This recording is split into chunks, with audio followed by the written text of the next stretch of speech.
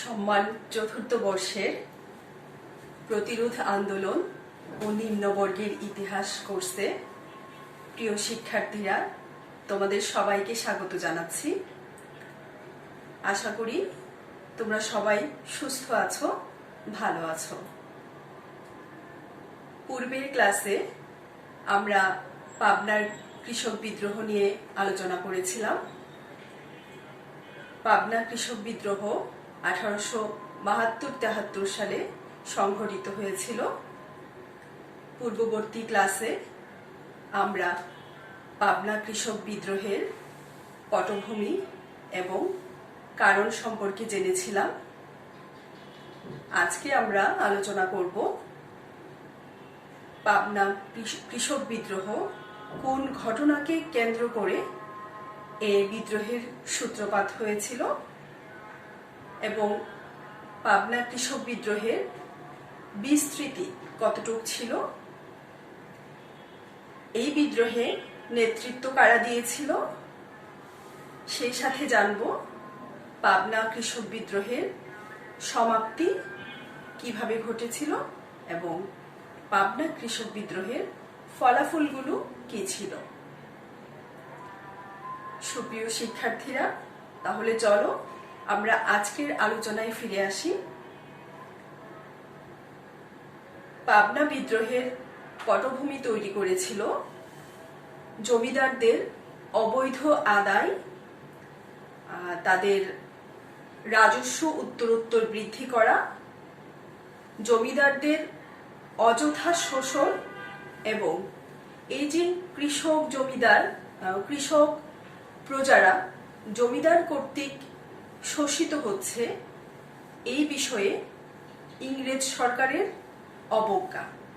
অর্থাৎ কৃষকরা আশা করেছিল ইংরেজ সরকার বা কোম্পানি সরকার তাদের এই বিষয়ে প্রতিকারের ব্যবস্থা করবে, কিন্তু ইংরেজ সরকার তখন কৃষকদের এই যে অত্যাচার, নিপীড়ন, শোষণ, এই বিষয়টাকে প্রতিকার না করে বরং অবজ্ঞার চোখে দেখে।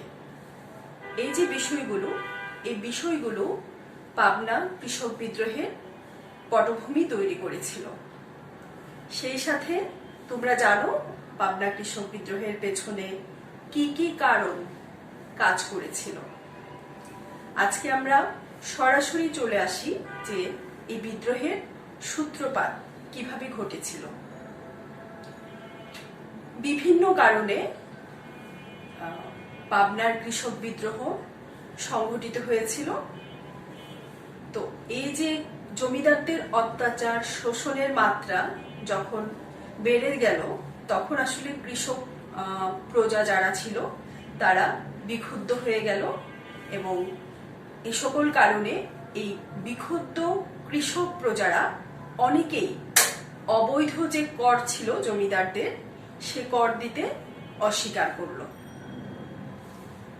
তবে কৃষক প্রজারা অবৈধ কর দেওয়া অস্বীকার করলেও ভূমির যে খাজনা, অর্থাৎ জমির যে খাজনা, যে মূল কর, সেটা তারা আদালতে জমা দিল। এই অবস্থায় জমিদার কৃষক প্রজাদের বিরুদ্ধে মামলা করে।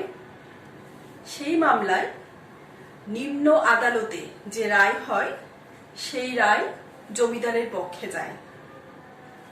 তখন কৃষক প্রজা যারা ছিল তারা উচ্চ আদালতের অর্থাৎ আপিল করে। আপিলে যে রায় হয়, সেই রায় কৃষক প্রজাদের পক্ষে যায়।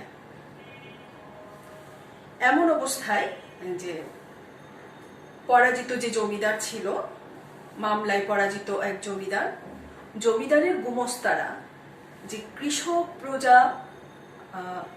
কৃষক প্রজাদের পক্ষের একজন সাক্ষীকে তারা অপহরণ করে এবং তাকে লুকিয়ে রাখে। এই ঘটনাকে কেন্দ্র করে কৃষক প্রজারা সংক্ষুব্ধ হয়, বিক্ষুব্ধ হয় এবং তারা খুবই দ্রুত এই কৃষক বিদ্রোহটা ছড়িয়ে পড়ে। কৃষক প্রজাদের এই আন্দোলনকে, এই বিদ্রোহকে কৃষক প্রজারা বেগবান করে এবং শেষ পর্যন্ত কর্তৃপক্ষ বা ইংরেজ সরকার যে জমিদারদের যেসব লোকেরা অর্থাৎ যেসব অপহরণকারীরা কৃষক পক্ষের সাক্ষীকে অপহরণ করেছিল তাদেরকে খুঁজে বের করে এবং জমিদারের সহযোগীদের শাস্তি দিতে বাধ্য হয়। এই ঘটনার পরবর্তী সময়ে কৃষকদের মধ্যে উৎসাহ বেড়ে যায়, ফলে বিভিন্ন স্থানে জমিদারদের যে অবৈধ কর ছিল এবং যে কুবলিয়ত জমিদাররা আদায় করেছিল সেই কুবলিয়ত এবং অবৈধ করের বিরুদ্ধে তারা সাফল্যের সাথে বাধা প্রদান করে এবং এইভাবে শুধু যে বাধা প্রদান করে তা কিন্তু নয়, কৃষক প্রজারা অন্যান্য যে জমিদার ছিল অর্থাৎ একই রকম অত্যাচার যেসব জমিদাররা করত সেই অত্যাচারিত জমিদারদের শাস্তির দাবি জানাতে শুরু করে। যেমন স্থলচর নামক একটা গ্রাম ছিল, সেই স্থলচর গ্রামে কৃষকরা এই অবৈধ আদায়ের বিরোধিতা করলে সেখানকার যে জমিদার, সেই জমিদার কৃষকদের উপর তখন নানা রকম অত্যাচার, নিপীড়ন এগুলো শুরু করে। তারপরেও কৃষকরা কিন্তু আদালতের দ্বারস্থ হয়নি। এই অবস্থায়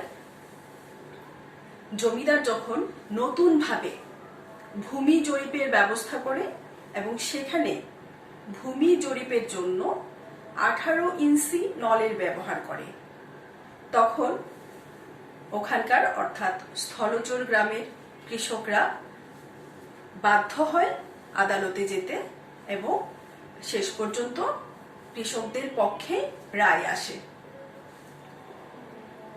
এমনই ঘটনা ঘটে আবার অন্যান্য যে গ্রামগুলো ছিল সেখানেও কিন্তু এরকম ঘটনাগুলো ঘটতে থাকে। যেমন জগতলা একটা গ্রাম ছিল, সেখানকার কৃষকরাও এই জমিদারদের যে অবৈধ আদায় সেই আদায়ের বিরোধিতা করে এবং বিরোধিতা করার পরে জমিদারের লোকেরা গ্রামের যে মোড়ল ছিল অর্থাৎ কৃষকদের পক্ষের যে নেতা ছিল তার বাড়ি আক্রমণ করে এবং ওই গ্রামের কৃষক মোড়লের বিভিন্ন সম্পদ তারা লুণ্ঠন করে নিয়ে যায়।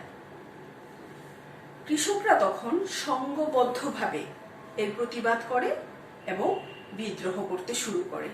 শেষ পর্যন্ত জমিদার বা জমিদারের লোকেরা ওই কৃষক মোড়লের যে সম্পত্তি, মানে যেসব জিনিসগুলো তারা লুটে নিয়েছিল সেগুলো ফিরিয়ে দিতে বাধ্য হয়েছিল। এইভাবে পাবনার কৃষক বিদ্রোহ দ্রুততম সময়ে খুব দ্রুত এর বিস্তার ঘটে।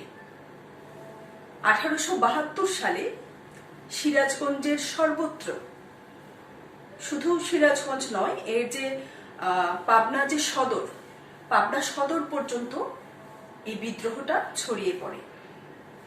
পরবর্তী সময়ে পার্শ্ববর্তী যে জেলা ছিল বগুড়া জেলা, সে বগুড়া জেলায়ও এই বিদ্রোহের উপস্থিতি লক্ষ্য করা যায়। বিদ্রোহ ক্রমে প্রতিশোধাত্মক আকার ধারণ করে এবং জমিদারদের ধন সম্পত্তি লুণ্ঠন এবং জমিদারদের যে গুদাম ছিল, যে স্থাপনা ছিল, সেগুলো জ্বালিয়ে দেবার ঘটনাগুলো দ্রুত বৃদ্ধি পেতে থাকে। তো পাবনা কৃষক বিদ্রোহের যে ব্যাপকতা এবং যে আকস্মিকতা, ফলে সেখানকার যে স্থানীয় প্রশাসন ছিল সেই স্থানীয় প্রশাসন এই বিদ্রোহ দমনে ব্যর্থ হয় এবং পরিস্থিতি ক্রমে জটিল আকার ধারণ করে। এই অবস্থায় যখন পরিস্থিতি আরো বেশি জটিল হয় তখন সেখানে পুলিশ বাহিনী মোতায়েন করা হয় এবং সেই অঞ্চলটা পাহারা দেবার ব্যবস্থা করা হয়। এইভাবে 72-73 সালে অর্থাৎ 1872-73 সালে পাবনা কৃষক বিদ্রোহ দ্রুত এর বিস্তার ঘটেছিল। কৃষক বিদ্রোহের যে বিস্তৃতি সে সম্পর্কে তৎকালীন সিরাজগঞ্জের যিনি এসডিও ছিলেন তিনি একটি রিপোর্ট পেশ করেন। সেই রিপোর্ট থেকে জানা যায় যে অত্যন্ত প্রত্যন্ত গ্রামগুলোতে বিদ্রোহ বিস্তার লাভ করেছিল এবং শত শত গ্রাম ঐক্যবদ্ধভাবে কৃষক সমিতি গঠন করে এবং এই যে কৃষক সংগ্রাম, এই কৃষক সংগ্রামের উত্তেজনাকে সংহত রূপদান করেছিল। কৃষকরা এই সংঘবদ্ধভাবে তাদের সমিতির মানে কৃষক সমিতির কার্যক্রমকে এগিয়ে নেয়ার জন্য বা বিস্তৃতি লাভের জন্য নতুন নতুন গ্রামগুলোকে তাদের সংগঠনের আওতায় আনার জন্য তারা ছোট ছোট প্রচার দল গঠন করে। সেই প্রচার দল গঠন করে তারা চারদিকে এই দলগুলোকে প্রচারের কাজে প্রেরণ করে। এইভাবে দেখা যায় যে চারদিকে গোপনভাবে চারপাশের গ্রামগুলোতে অর্থাৎ পার্শ্ববর্তী অঞ্চল সমূহে এই গোপনভাবে সভা সমিতির কাজগুলো চলছিল। আমরা জানি যে প্রথমে শাহজাদপুরে অর্থাৎ সিরাজগঞ্জের শাহজাদপুরে এই বিদ্রোহের সূত্রপাত ঘটে, কিন্তু পরবর্তী সময়ে পাবনা সদর এবং বগুড়া জেলায় এই বিদ্রোহের বিস্তৃত হয়েছিল এবং শেষ পর্যন্ত ব্রিটিশ শাসকরা তাদের যে শোষণ নিপীড়ন প্রক্রিয়ার সহযোগী ছিল অর্থাৎ ব্রিটিশ শাসকদের সহযোগী এই জমিদার শ্রেণীকে রক্ষা করার উদ্দেশ্যে সেখানে সামরিক পুলিশ বাহিনী নিয়ে এই বিদ্রোহী কৃষকদের উপর চড়াও হয়েছিল। এভাবে পাবনার কৃষক বিদ্রোহকে দমন করার ব্যবস্থা নিয়েছিল। প্রিয় শিক্ষার্থীরা, এবার আমরা দেখে নিই যে পাবনা কৃষক বিদ্রোহের নেতৃত্বে কারা ছিল। পাবনা কৃষক বিদ্রোহের মূল নেতৃত্ব ছিল ঈশানচন্দ্র রায় এবং গঙ্গাচরণ রায়। ঈশানচন্দ্র রায় তিনি ছিলেন একজন ছোট জমিদার। জানা যায় যে ঢাকার যে বন্দ্যোপাধ্যায় জমিদাররা ছিল তাদের সাথে ঈশানচন্দ্র রায়ের বিরোধ চলছিল।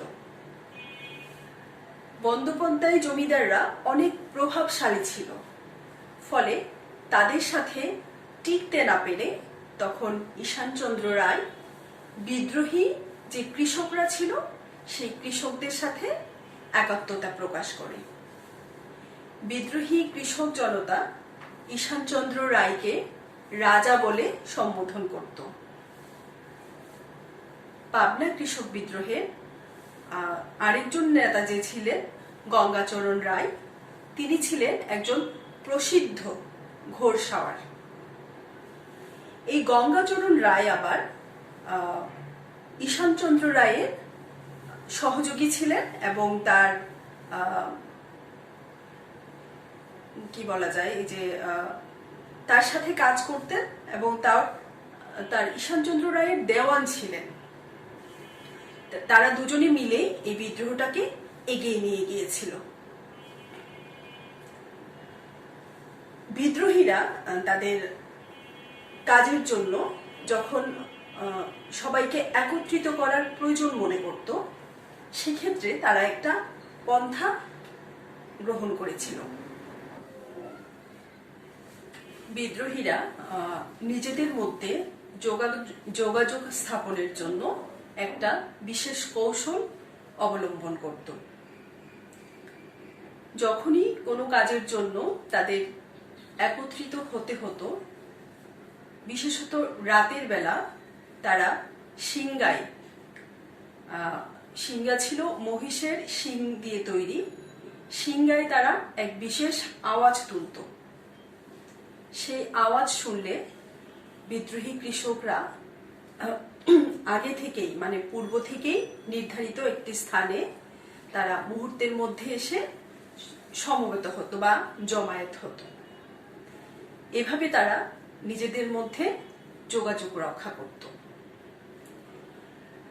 বিক্ষুব্ধ কৃষক প্রজারা পার্শ্ববর্তী এলাকার কৃষকদেরকে এই বিদ্রোহে সামিল করার জন্য আহ্বান করত এবং সাধারণত সকলেই এই আহ্বানে সাড়া দিত।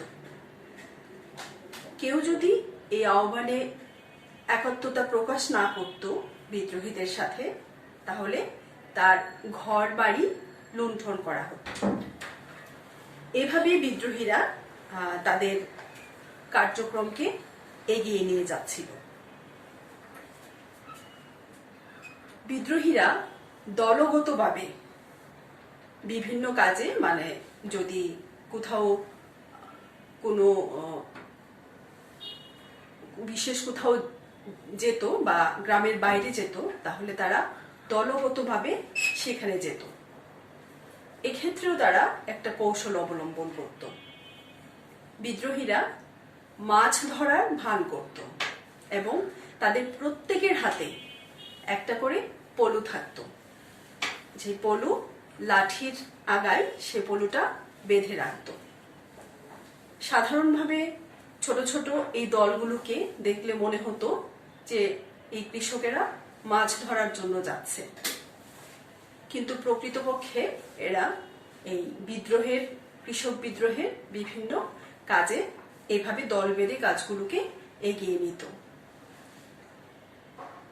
এই পলুর নিচে যে লাঠি ছিল, সেটাই ছিল কৃষকদের প্রধান হাতিয়ার। জানা যায় এই কারণে এই পাবনা কৃষক বিদ্রোহকে পলু বিদ্রোহ বলা হয়ে থাকে এবং বিদ্রোহের যে সদস্যরা, মানে বিদ্রোহীদেরকে বলা হতো পলুনাথ কোম্পানি, পলুওয়ালা বা পলুনাথ কোম্পানি, এই নামেও বিদ্রোহীরা পরিচিত ছিল। জানা যায় যে প্রথমে এই পলুওয়ালারা বা পলুনাথ কোম্পানির সদস্যরা একজনের গৃহে উপস্থিত হয়ে তারা জানতে চাইত যে ওই গৃহকর্তা বিদ্রোহীদের সাথে আছে কিনা। যদি গৃহকর্তার উত্তর হা হতো, অর্থাৎ ইতিবাচক হতো, তাহলে এই বিদ্রোহীরা বা পলুওয়ালারা তখন অন্য একজনের গৃহের সামনে গিয়ে অবস্থান করত। আর যদি গৃহকর্তার উত্তর নেতিবাচক হতো, অর্থাৎ কৃষকদের সাথে না থাকতো, তাহলে ওই বিদ্রোহীরা ওই গৃহকর্তার বাড়িতে লুটতরাজ করত, এমনকি অগ্নিসংযোগ করত। এ সময় অনেক ধনী ব্যক্তি, যারা জমিদারের সমর্থক ছিলেন, অর্থাৎ জমিদারের পক্ষের লোক যারা ছিল, ওইসব ধনী ব্যক্তিরা গ্রাম ছেড়ে পালিয়ে যেতে থাকে। জানা যায় যে অনেকেই বিদ্রোহীদের রোষানলে না পড়ার জন্য এই কৃষক বিদ্রোহীদেরকে সেলামি প্রদান করত। এইভাবে এই বিদ্রোহে কৃষক প্রজারা সংগঠিতভাবে জমিদারদের বিরুদ্ধে বিদ্রোহ চালিয়ে নিতে সংকল্প গ্রহণ করেছিল। গ্রামে গ্রামে চলত মিটিং ও সলা পরামর্শ। এবার আমরা দেখব যে পাবনা বিদ্রোহের কয়েকটি বিশেষ দিক সম্পর্কে। প্রিয় শিক্ষার্থীরা, আমরা এবার একটু জানব পাবনায় কৃষক প্রজা বিদ্রোহের প্রতি বহু মানুষ সমর্থন জানিয়েছিল। 1859 সালে নীল বিদ্রোহে যেমন দেশের মধ্যবিত্ত এবং শিক্ষিত শ্রেণীর মানুষেরা সমর্থন জানিয়েছিল, ঠিক তেমনি ভাবে পাবনা কৃষক বিদ্রোহের প্রতিও এই মধ্যবিত্ত এবং শিক্ষিত শ্রেণীর মানুষেরা সহানুভূতি বা সমর্থন জানিয়েছিল। অন্যান্য কৃষক বিদ্রোহগুলোতে দেখা যেত যে বিদ্রোহীদের সাথে জমিদারের যে গুমস্তারা, জমিদারের যে কর্মচারীরা, তাদের সাথে বিভিন্ন জায়গায় সংঘর্ষ হয়েছিল। পাবনা বিদ্রোহেও এই ঘটনা ঘটে, কিন্তু পাবনা কৃষক বিদ্রোহের মূল বিষয় ছিল যে এই সময়ে কৃষক প্রজারা, অর্থাৎ বিদ্রোহী কৃষক প্রজারা প্রচলিত আইনের আশ্রয় নিয়ে জমিদারদের যে অবৈধ কর আদায় এবং আবওয়াব আদায়, এগুলোকে সফলভাবে প্রতিরোধ করতে সক্ষম হয়েছিল। এটাই ছিল পাবনা বিদ্রোহের একটি বিশেষ দিক। পাবনা কৃষক বিদ্রোহ যে সময়ে সংগঠিত হয়েছিল, সেই সময়ে ইংরেজ যে অফিসাররা ছিল তাদের মনে একটা শঙ্কা কাজ করত যে বাংলায় বা ভারতে নিকট ভবিষ্যতে সিপাহী বিদ্রোহের মতো আরো একটি জাতীয় অসন্তোষ দেখা দিতে পারে। তাই কোম্পানি সরকার এই কৃষক বিদ্রোহের গতি প্রকৃতি লক্ষ্য করে এগুলোকে যথাসম্ভব দ্রুততার সাথে দমন করার পক্ষে ছিল। পাবনা বিদ্রোহ দেশের মানুষকে দুই ভাগে বিভক্ত করে গিয়েছিল, যে এক ভাগ ছিল উচ্চ শ্রেণীর মানুষ এবং তাদের যে পোশাক পরিচ্ছদ দেখেই এই ভাগ করা হতো, অর্থাৎ যাদের পায়ে জুতা, হাতে ছাতা এবং কাঁধে চাদর ঝোলানো থাকতো, তাদেরকে ধরে নেওয়া হতো যে জমিদার শ্রেণীর লোক, অর্থাৎ জমিদারের সমর্থক গোষ্ঠী। আর যেসব লোকের বা যেসব জনগণের গায়ে গামছা থাকতো এবং ধুতি পরিহিত অবস্থায় থাকতো, তাদেরকে কৃষক সমিতির সভ্য বলে মনে করা হতো। পাবনা কৃষক বিদ্রোহের বিদ্রোহীরা নিজেদেরকে বিদ্রোহী বলে পরিচয় দিত। তাদের কাছে এই বিদ্রোহী শব্দের অর্থ ছিল কৃষক সমিতির সদস্য। তাহলে আমরা বলতে পারি যে বিভিন্ন কারণে এই কৃষক বিদ্রোহ এক নতুন পথের দিশা দেখিয়েছে, এই কথা আমরা নিশ্চিতভাবেই বলতে পারি। সুপ্রিয় শিক্ষার্থীরা, আমরা এবার পাবনা কৃষক বিদ্রোহের কিভাবে সমাপ্তি হয়েছিল সেই বিষয় সম্পর্কে একটু জানব। যে বিদ্রোহ যখন চরম আকার ধারণ করে, তখন জমিদারদের পাশাপাশি ইংরেজ যে কর্মকর্তা কর্মচারীগণ, তারাও শঙ্কিত হয়ে পড়েছিল। এই বিদ্রোহের আকস্মিকতায় তাদের যে দোসররা ছিল, তাদের দোসররা, জমিদার এবং তাদের দোসররা দিশাহারা হয়ে পড়ে। তখনকার যে ম্যাজিস্ট্রেট ছিলেন মিস্টার টেলর, প্রথমে বিদ্রোহের কথা তিনি আমলে নেননি। ফলে জমিদার যারা ছিল তারা গ্রাম ছেড়ে চলে যায় এবং এইভাবে শুধু জমিদাররা নয়, গ্রামের যে সম্পদশালী ধনী পরিবারগুলো ছিল তারাও ক্রমে গ্রাম ছাড়তে থাকে। তখন মিস্টার টেলর পুলিশ বাহিনী সহ বিদ্রোহের যে স্থানগুলো ছিল সেই স্থানগুলোতে পাহারা দিতে শুরু করে এবং সেখানে তারা পাহারার চৌকি স্থাপন করে। তারা রাজশাহী এবং গোয়ালন্দ থেকে অতিরিক্ত পুলিশ নিয়ে আসে। এসবের মধ্যেও বিদ্রোহীরা জমিদারদের কাছ থেকে মুচলেকা আদায় করে যে তারা আর অত্যাচার করবে না, অর্থাৎ জমিদাররা আর অত্যাচার করবে না এবং কৃষকরাও আর কখনো অত্যাচারের শিকার হবে না। এইভাবে পুলিশের অভিযানে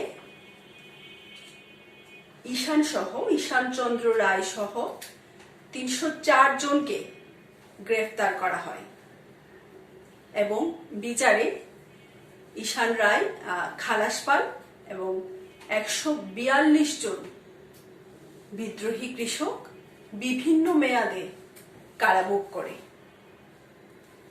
পাশাপাশি যে জমিদারগণ তাদের অত্যাচার এবং অবৈধ আদায় বন্ধ করে দিলে বিদ্রোহ ক্রমে স্তিমিত হয়ে পড়ে।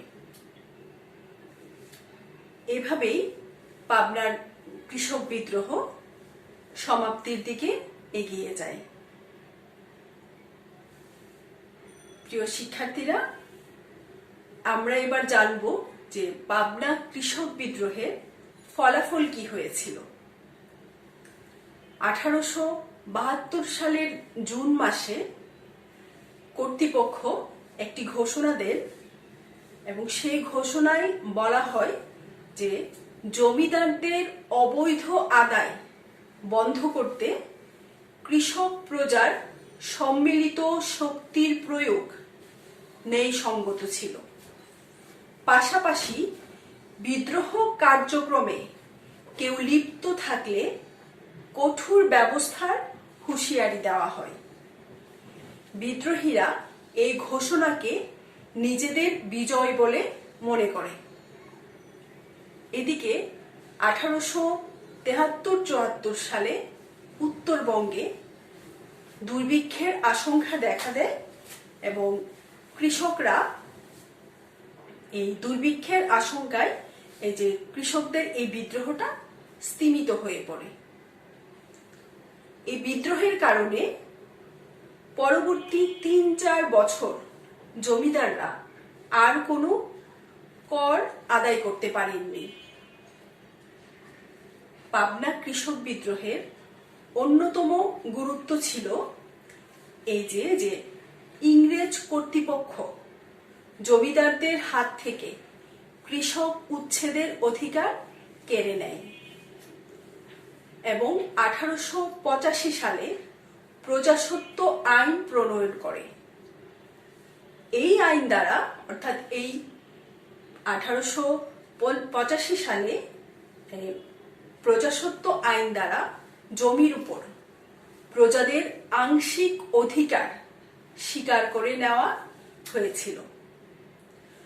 প্রকৃতপক্ষে যে 1793 সালে লর্ড কর্নওয়ালিস প্রবর্তিত যে চিরস্থায়ী বন্দোবস্ত ছিল, সেই বন্দোবস্তের ফলে কৃষকের যে অধিকার কেড়ে নেওয়া হয়েছিল চিরস্থায়ী বন্দোবস্তের আইনের মাধ্যমে, পাবনার কৃষক বিদ্রোহের পর 1885 সালে প্রজাস্বত্ব আইনের মাধ্যমে কৃষক তথা প্রজারা ভূমির উপর আংশিক অধিকার ফিরে পেয়েছিল। এবারে আমরা পুরো বিষয়টাকে, অর্থাৎ পাবনা কৃষক বিদ্রোহের পুরো বিষয়টাকে যদি আমরা একটু সংক্ষেপে দেখি, তাহলে দাঁড়াচ্ছে যে পাবনার কৃষক বিদ্রোহ শুরু হয়েছিল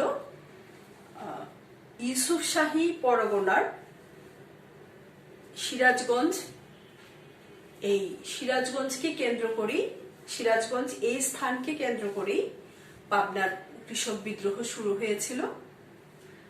জমির উপর কৃষকের অধিকার স্থাপন এবং জমিদারদের যে অবৈধ কর আদায়, এই কর আদায় বন্ধ করার জন্যই এই কৃষক বিদ্রোহের সূত্রপাত হয়েছিল।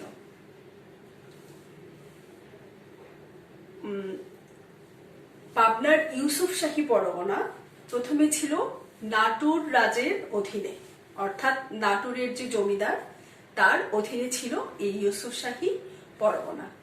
কিন্তু রাজস্ব বকেয়ার দায়ে এই অঞ্চলে যখন নিলাম হয়, তখন বাংলার বিভিন্ন অঞ্চলের জমিদাররা এখানে জমিদারি ক্রয় করে নব্য জমিদার হয়ে আসে। এই নব্য জমিদাররা জমিদারিকে একটা পেশা হিসেবে গ্রহণ করে, অর্থাৎ ব্যবসা হিসেবে গ্রহণ করে। নব্য জমিদারদের মূল লক্ষ্য ছিল কিভাবে এই জমি থেকে আর্থিকভাবে লাভবান হওয়া যায়। আর এটা করতে গিয়ে জমিদাররা আর্থিক উন্নতির জন্য নতুন নতুন পন্থা তারা অবলম্বন করেছিল। তারা প্রায় 14 প্রকারের কর আবওয়াব আদায় করত। এছাড়াও তারা বিভিন্ন নামে বিভিন্নভাবে কৃষকদেরকে শোষণ করত। কৃষক প্রজা তার কোনো ঘর বা সে যদি কোনো গাছ পুঁততো, সেই বা গাছ বুনতো, সেই গাছ বড় হওয়ার পর যখন বিক্রি করতে যেত, সেখান থেকেও একটা অংশ জমিদারকে দিতে হতো। এমনকি যে ধান ওজন করা হতো বা ধান বিক্রি করা হলে সেখানকার একটা অংশ জমিদারকে দিতে হতো। এইভাবে বিভিন্নভাবে কৃষকরা অত্যাচারিত হচ্ছিল। এই অবস্থায় কৃষকদের অত্যাচারের মাত্রা চরম পর্যায়ে পৌঁছে যখন জমিদাররা ভূমি জরিপের নতুন করে ভূমি জরিপের ব্যবস্থা করেছিল। নাটোর রাজের সময়ে ভূমি জরিপ হতো নলের মাধ্যমে, এবং সেই নলের যে দৈর্ঘ্য ছিল সেটা ছিল 23 থেকে 24 ইঞ্চি। কিন্তু নব্য জমিদাররা 18 ইঞ্চি নল দিয়ে ভূমি জরিপ করে। ফলে দেখা যায় যে কৃষকের ভূমির পরিমাণ কমে যায়, অন্যদিকে জমিদারের কাছে খাস জমির পরিমাণ বেড়ে যায়। এছাড়া নিত্য নতুন প্রতি বছর কর নতুনভাবে ধার্য করত, অর্থাৎ তারা প্রতি বছর নব্য জমিদাররা কর বৃদ্ধি করত। এইভাবে কৃষকরা শোষণের শিকার হচ্ছিল এবং তারা এক পর্যায়ে প্রতিবাদ করে এবং তারা সংঘবদ্ধভাবে প্রতিবাদ করেছিল। কৃষক বিদ্রোহী কৃষক রায়তরা তারা প্রচলিত আইনের আশ্রয় নিয়েছিল। এইভাবে কৃষক বিদ্রোহ শুরু হয়েছিল এবং এই বিদ্রোহে নেতৃত্ব দিয়েছিল ঈশান রায় এবং গঙ্গাচরণ রায়।